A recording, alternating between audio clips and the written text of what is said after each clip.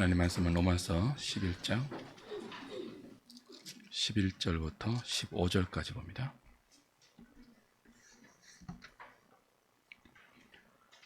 신약성경 255페이지 로마서 11장 11절부터 15절까지 제가 한 절, 여러분이 한 절 교독하겠습니다. 그러므로 내가 말하노니 그들이 넘어지기까지 실족하였느냐? 그럴 수 없느니라. 그들이 넘어짐으로 구원이 이방인에게 이르러 이스라엘로 시기나게 함이니라.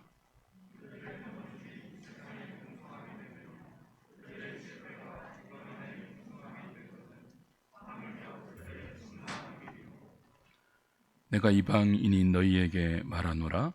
내가 이방인의 사도인 만큼 내 직분을 영광스럽게 여기노니 이는 혹 내 골육을 아무쪼록 시기하게 하여 그들 중에서 얼마를 구원하려 함이라. 그들을 버리는 것이 세상의 화목이 되거든 그 받아들이는 것이 죽은 자 가운데서 살아나는 것이 아니면 무엇이리요. 아멘.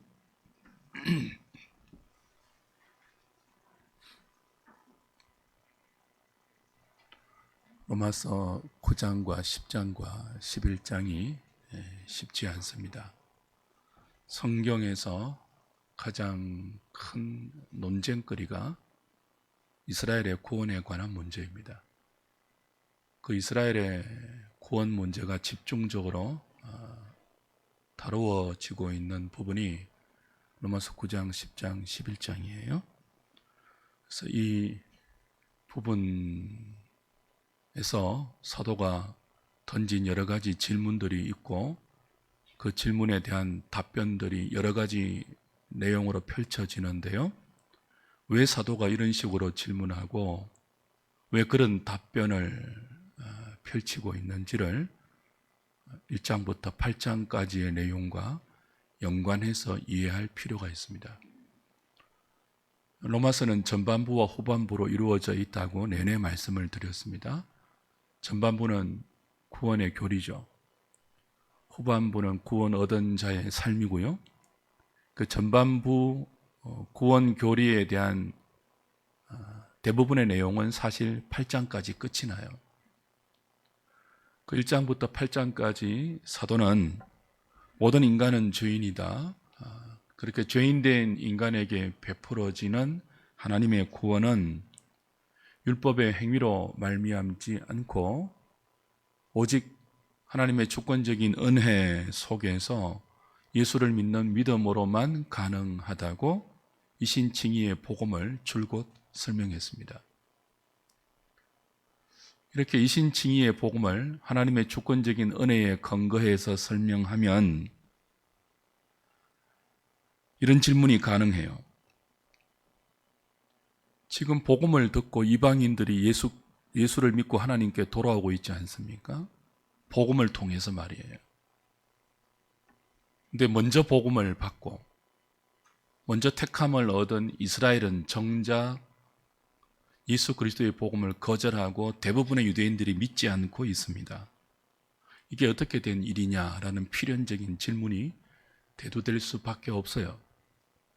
여기에 대한 답변이 9장, 10장, 11장입니다. 먼저 사도는 9장에서 이스라엘이라고 다 이스라엘이 아니다. 혈통상 아브라함의 자손이라고 다 아브라함의 자손이 아니다. 그 중에 은혜로 택하심을 입은 자들만 약속의 자녀고 아브라함의 씨고 참 이스라엘이다. 그렇게 답을 해요. 중요한 내용이니까 조금 확인을 해보죠. 9장 6절, 7절, 8절 보세요.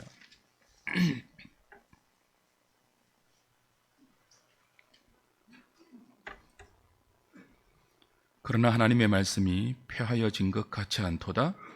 이스라엘에게서 난 그들이 다 이스라엘이 아니요 또한 아브라함의 씨가 다 그의 자녀가 아니라 오직 이삭으로부터 난 자라야 내 씨라 불리리라 하셨으니 곧 육신의 자녀가 하나님의 자녀가 아니요 오직 약속의 자녀가 씨로 여기심을 받느니라.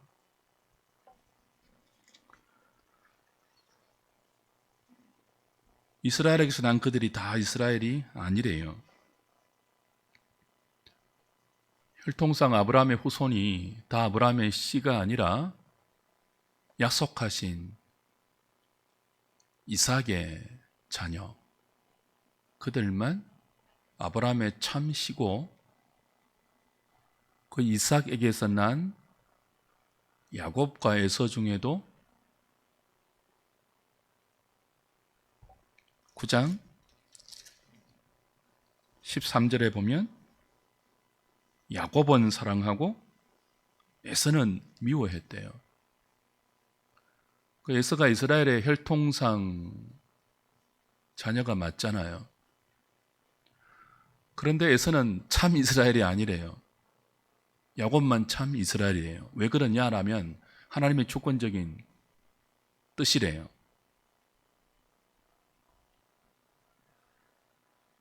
이렇게 설명하면 또다시 대두되는 질문이 있죠. 구원 얻는 믿음이 오직 하나님의 주권적인 택하심과 은혜로만 가능하다면 믿지 않는 에서 같은 혹은 수많은 믿지 않는 유대인들은 하나님이 은혜를 주지 않아서 그런 것 아닙니까? 은혜를 주셨다고 해도 그 은혜가 부족해서 그런 것 아닙니까? 만약 그렇다면 믿지 않는 데 대한 책임을 그들에게 어떻게 물을 수 있습니까? 라는 질문이 필연적으로 대두될 수밖에 없죠.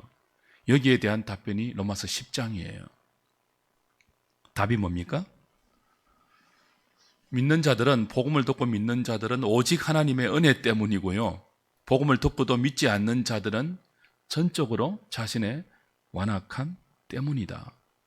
하나님은 지금도 종일 손을 벌려서 모든 죄인들이 하나님께 돌아오도록 은혜를 베풀고 있고 구원의 일을 행하고 있지만 믿지 않는 자들은 유대인들처럼 자신들의 의를 세우려고 힘써 하나님의 복음에 순종하지 않는 완악함 때문이다. 하나님의 은혜가 부족해서가 아니라 하나님께서 은혜를 주지 않았어가 아니라 믿지 않는 책임은 전적으로 하나님의 복음을 거스르는 인간의 완악함 때문이다. 그렇게 답을 해요. 그러면 이스라엘에 관한 또 다른 질문이 하나 남게 됩니다. 하나님께서 종일 손을 벌려서 구원의 은혜를 베풀고 있다면 지금도 믿지 않고 있는 이스라엘은 완전히 버렸습니까? 그런 질문이 가능하고 여기에 대한 답변이 로마서 11장입니다. 1절 보십시오. 11장 1절. 일단 결정적인 답변은요, 그럴 수 없다예요. 11장 1절. 그러므로 내가 말하노니 하나님이 자기 백성을 버리셨느냐? 답이 뭐라고요? 그럴 수 없느니라. 나도 유대인이고 아브라함의 씨에서 난 자고 베냐민 지파다. 나뿐 아니라 엘리야 시대에 남겨진 7,000명도 이스라엘 아니냐? 그러니 이스라엘 민족 자체를 완전히 버렸다고 말할 수 없다는 거예요. 그런데 그 내용이 단순하지 않습니다. 자, 9장 보십시오. 이스라엘이라고 다 이스라엘이 아니라고 했잖아요. 11장은요. 그럼에도 불구하고 하나님이 모든 이스라엘을 버리지 않았다. 그리고 이어지는 그 설명들이 굉장히 복잡해요. 단순하지 않습니다. 그래서 이 11장을 근거로 해서 교회와 성도들에게 많은 시험거리가 되는 이상한 신학 사상이 하나 나왔습니다. 시한부 종말론을 만들어내고 백투 예루살렘 같은 과격한 선교 사역의 운동을 벌였던 세대주의 신학 사상이 이 로마서 11장을 잘못 해석해서 나왔고 많은 피해가 교회와 건강한 성도들에게 영향을 미쳤죠. 지금도 미치고 있어요. 그래서 11장을 좀 자세하게 살필 필요가 있습니다. 우선 오늘 본문에는요, 분명히 이런 식의 설명이 나오죠. 이스라엘이 실패했기 때문에 이방인들이 구원을 얻었다. 그 이스라엘의 실패가 이방인의 구원을 초래했다는 식의 설명이 나옵니다. 분명히 11절 보십시오. 오늘 본문 11절. 그러므로 내가 말하노니 그들이 넘어지기까지 실족하였느냐? 그럴 수 없느니라. 그들이 넘어짐으로 구원이 어디에게 이르렀다고요? 이방인에게 이르러 이스라엘로 시기나게 함이니라. 사도는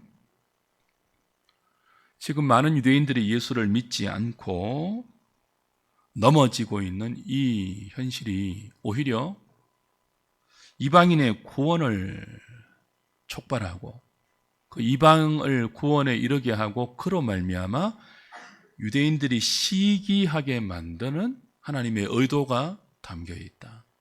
그러니 지금 많은 유대인들이 예수를 믿지 않는다고 하나님이 그들을 버리셨다고 속단해서는 안 된다. 이렇게 지금 말을 하고 있습니다.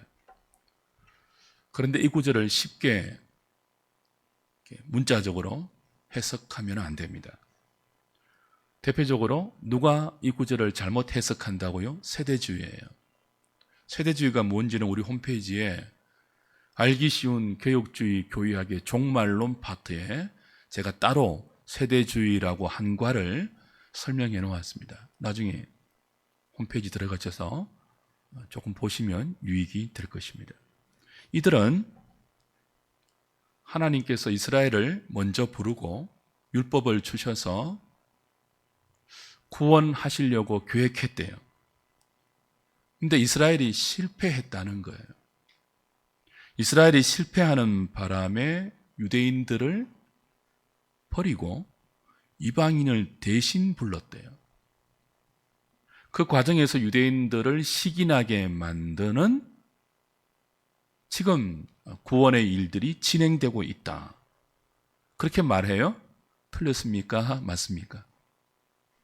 11절의 사도의 설명과 제가 방금 여러분에게 풀어드린 세대주의 해석이 틀렸습니까? 맞습니까?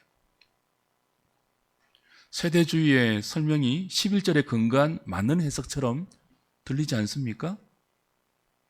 그렇죠? 그런데 틀렸어요. 왜 틀렸다고요? 이들은요, 만약 이스라엘이 실패하지 않았다면 이방인의 구원도 없었다고 주장합니다. 만약 이스라엘이 실패하지 않았다면 이방인들이 포함된 신약 교회도 있을 필요가 없다고 주장합니다. 세대주의에 의하면 이방인의 구원, 우리가 이방인이잖아요. 우리의 구원, 이방인이 포함된 지금 이 신약 교회는요, 이스라엘이 실패했기 때문에 일어난 임시적인 처방에 불과하대요. 임시예요, 임시. 그 우발적인 사건이 저와 여러분들의 구원이에요. 하나님께서 우발적으로 허락하신 것이 뭐예요? 이방인들이 포함된 신약 교회의 창설이에요. 이방인이 포함된 신약 교회가 복음을 듣고 수많은 이방인들이 예수를 믿고 하나님께로 돌아오면 유대인들이 시기나게 될 것이고, 그렇게 신약 교회를 통해서 유대인들의 시기가 다 촉발이 되어서 유대인들이 하나님께로 다 돌아오고 나면 신약 교회는 더 이상 필요가 없으니까 용도 폐기 처분되고, 그때 예수님이 이중적으로 재림을 하세요. 한 번은 공중에서 비밀스럽게 재림하고, 또 한 번은 지상에 공개적으로 재림해서 이 땅에 이스라엘을 중심으로 한 천년 왕국을 이룬대요.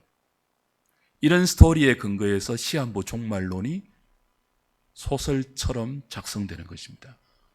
이런 신학 사상에 근거해서 복음을 예루살렘으로, 백투 예루살렘 운동이 진행되는 거예요. 그 어떤 해석의 차이 때문에 그래요? 이들은요, 이스라엘이 실패하지 않았다면 이방인의 구원도 있다 없다? 없다는 거예요. 이스라엘이 실패하지 않았다면 이방인이 포함된 신약교회가 있을 필요가 있다 없다요? 없다는 거예요.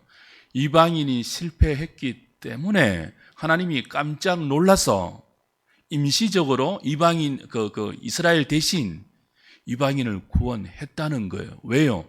유대인들을 시기나게 하려고.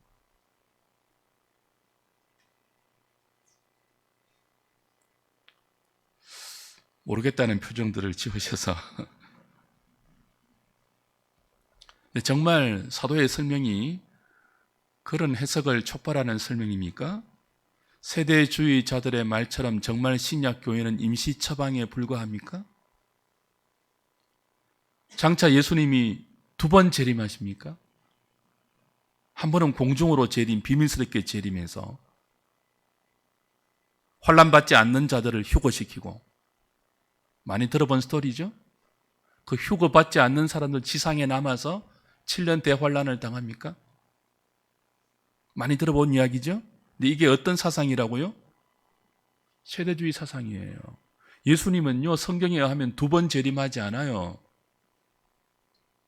한 번은 비밀스럽게 재림하시고 또 한 번은 짠하고 공개적으로 재림하시고 그러지 않아요. 근데 이런 설명이, 이런 주장이 왜 태동되는가 하면 로마서 11장 11절 이하를 사도의 의도대로가 아니라 문자적이고 잘못되게 해석하기 때문이라는 거죠. 이방인의 구원은 이스라엘이 실패해서 임시적으로 마련한 이스라엘의 시기를 위한 임시 처방이 아닙니다. 이방의 구원은 처음부터 하나님의 구원 경륜에 포함되어 있었고, 처음부터 하나님께서 이스라엘을 부를 때, 이스라엘의 조상으로 아브라함을 부르실 때 처음부터 아브라함의 복이 아브라함과 유대인들을 통해서 이방인에게까지 미치도록 계획하셨습니다.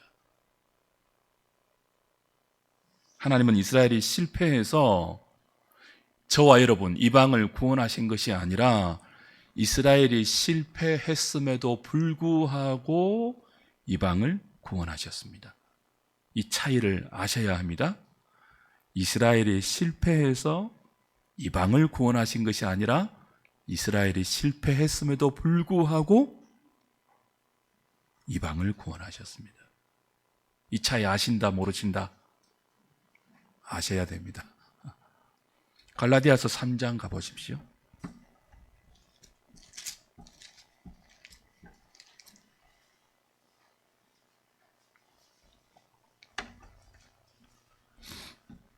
(8절) (9절입니다)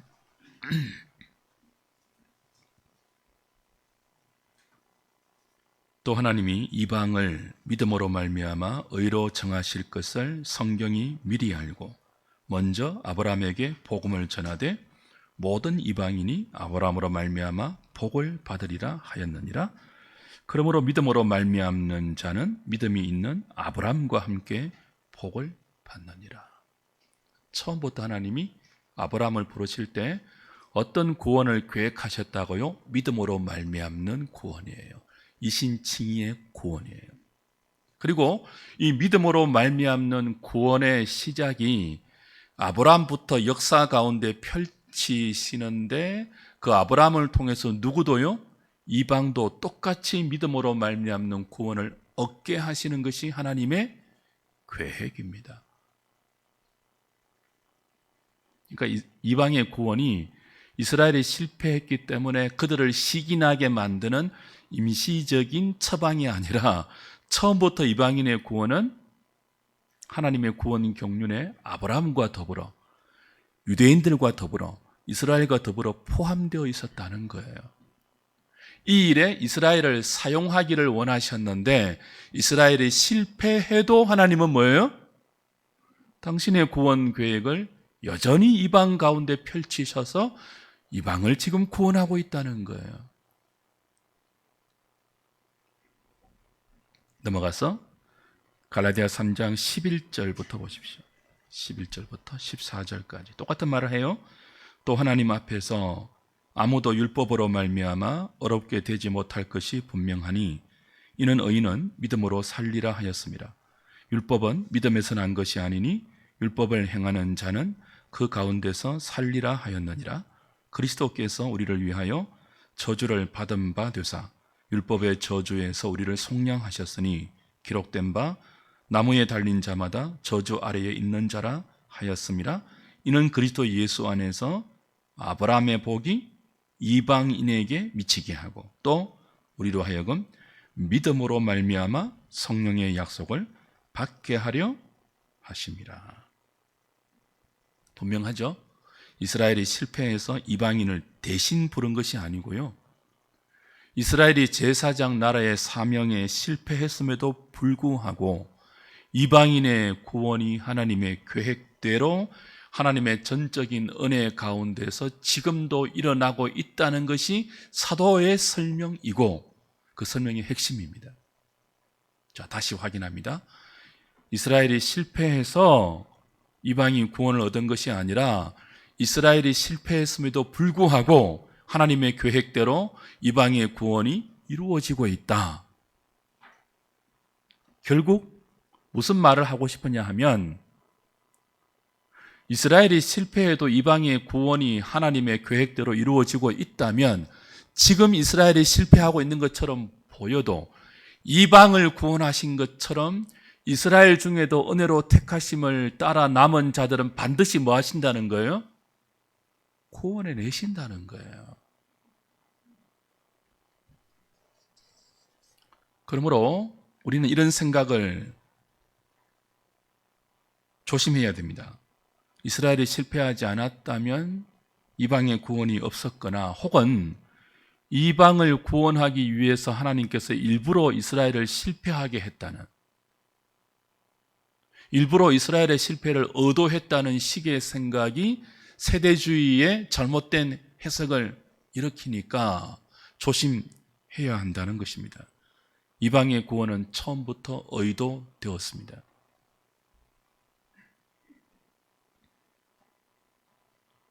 하나님은 아브라함을 부를 때부터 이방인과 유대인의 차별 없이 모두 믿음으로만 구원하겠다고 계획하셨습니다. 이스라엘은 이 믿음으로 말미암는 이신칭의의 구원을 그리고 이 은혜의 복음을 전할 제사장 나라로 부름을 받았습니다.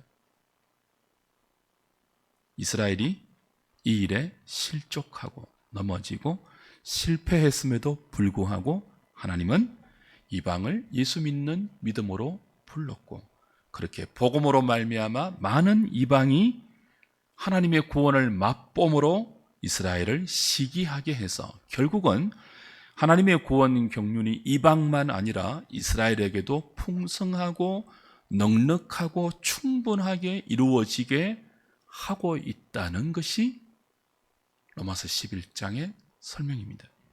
그래서 본문 로마서 11장 12절, 13절, 14절, 15절 다시 보십시오. 그런 이해를 가지고 12절부터 다시 제가 읽어볼 테니까 다시 보시기 바랍니다.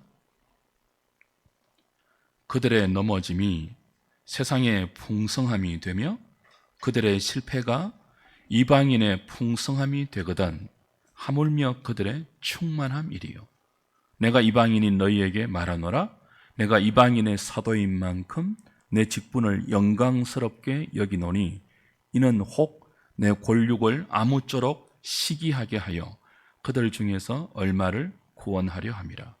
그들을 버리는 것이 세상의 화목이 되거든 그 받아들이는 것이 죽은 자 가운데서 살아나는 것이 아니면 무엇이리요.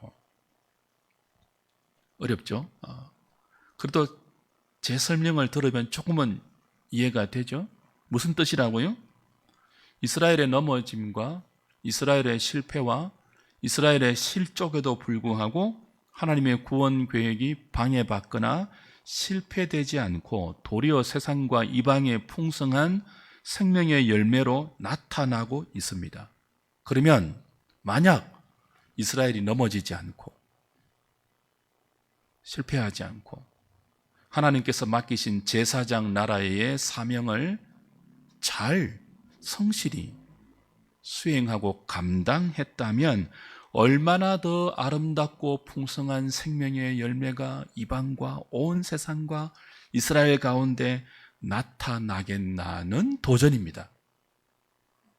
이스라엘이 실패해도 하나님이 이렇게 풍성한 이방의 구원을 차질 없이 이루어내고 계신다면 그들이 충성스럽게 맡겨진 은혜의 사명을 감당했더라면 얼마나 더 풍성한 생명들이 이 땅에 차고 넘치겠냐는 반문이에요. 다시 확인합니다.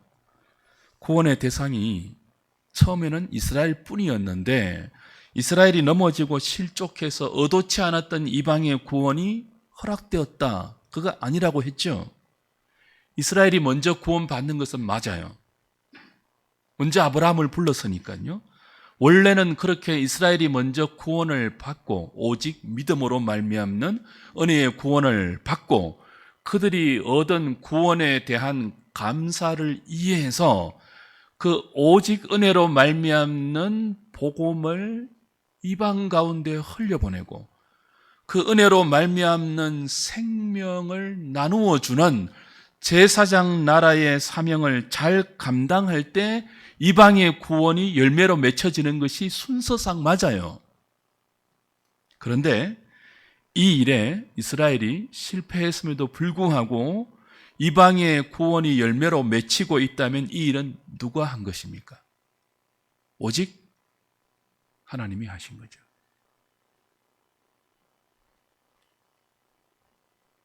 그렇다면 지금 이스라엘이 걸려 넘어지고 있습니다.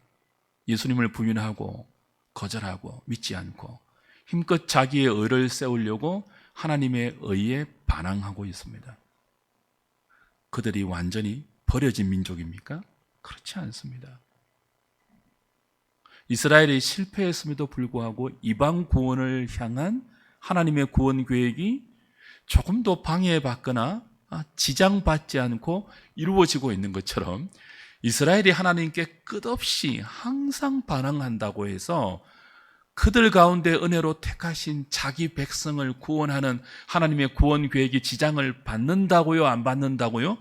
조금도 받지 않는다는 거예요. 그러니 이방의 구원을 통하여 유대인들이 시기가 나서 그들 가운데도 아무쪼록 바울의 고백처럼 얼마나 주께로 돌아오는 백성들이 있기 위하여 지금도 내가 이방인의 사도로 열심을 다하여 복음을 이방 가운데 전하고 있다는 거예요.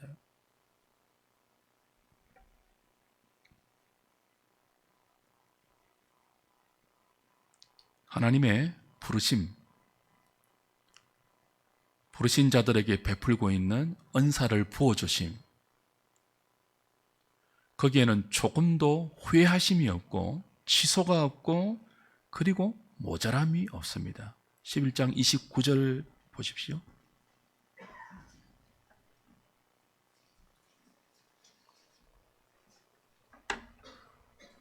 하나님의 은사와 부르심에는 뭐가 없다고요? 후회하심이 없느니라.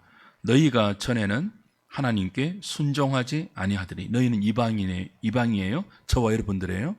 우리가 전에는 하나님의 복음을 모르고 하나님께 순종하지 아니했지 않습니까? 그런데 이스라엘이 순종하지 아니함으로 긍휼을 입는 은혜를 받았습니다. 그들이 실패했음에도 불구하고 순종하지 않았음에도 불구하고 우리가 하나님의 긍휼을 입고 복음을 받고 예수를 믿고 구원을 얻는 은총을 입었습니다.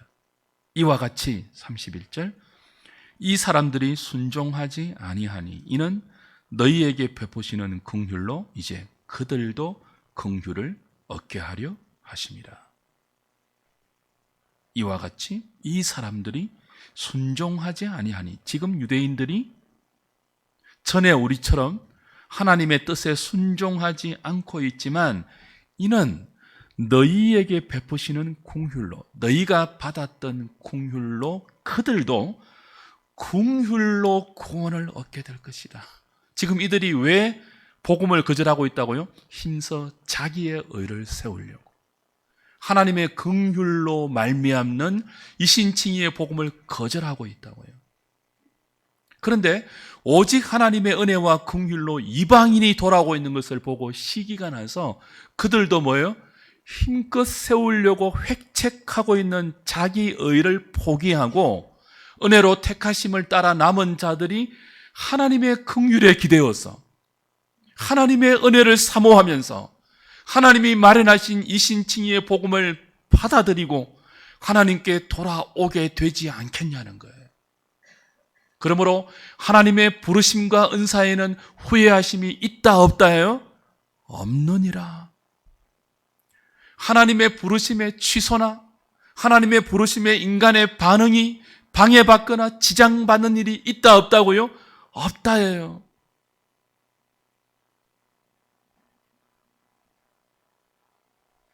하나님께서 누구를 부르실 때 그에게 무엇인가를 맡기실 때 실패가 없습니다. 우리는 넘어지죠. 우리는 실패하죠. 우리는 실족해죠. 그러나 우리를 부르신 그 하나님은요, 우리가 넘어짐에도 불구하고 실패하지 않습니다. 우리가 실패한 것에 불과해요. 우리를 부르신, 우리에게 은사를 주신 하나님의 부르심의 목적에는 조금도 지장이 없다고요. 이스라엘은 실패해도 하나님은 실패하지 않습니다. 오히려 이스라엘이 실패하고 우리가 실패해도 하나님은 이스라엘의 실패와 우리의 실패를 사용해서 합력하여 선을 이루십니다.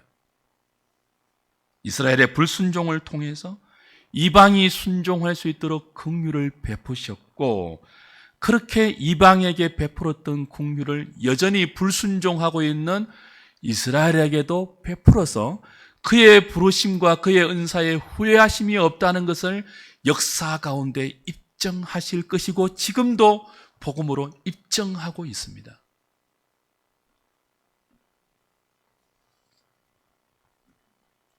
요셉이 하나님의 뜻을 꿈으로 계시받았지 않습니까? 그 계시를 형들에게 말했죠.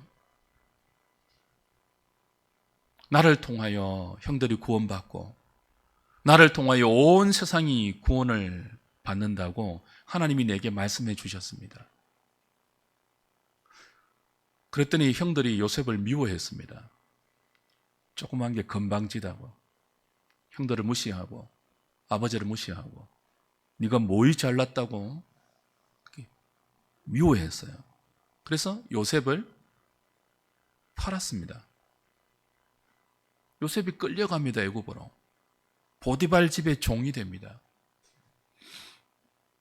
그리고 강간 미수범이라는 억울한 누명을 쓰고 감옥에 갇힙니다. 생각해 보세요. 만약 요셉이 형들에게 팔리지 않았다면, 억울한 누명을 받지 않았다면 애굽의 총리가 안 되었겠습니까? 어떻습니까? 성경은 뭐라고 말한다고요? 요셉이 애굽의 총리가 된 것은 형들이 요셉을 팔아서 된 것이 아니라 형들이 요셉을 미워하고 죽이려고 하고 팔았음에도 불구하고 되었대요. 왜요? 하나님의 계획이니까. 이방과 이스라엘의 구원에 얽힌 함수 관계도 동일해요. 이스라엘이 실패해서 이방을 구원 얻은 것이 아니고 이스라엘이 실패했음에도 불구하고 이방을 향한 하나님의 구원 계획이 펼쳐졌습니다.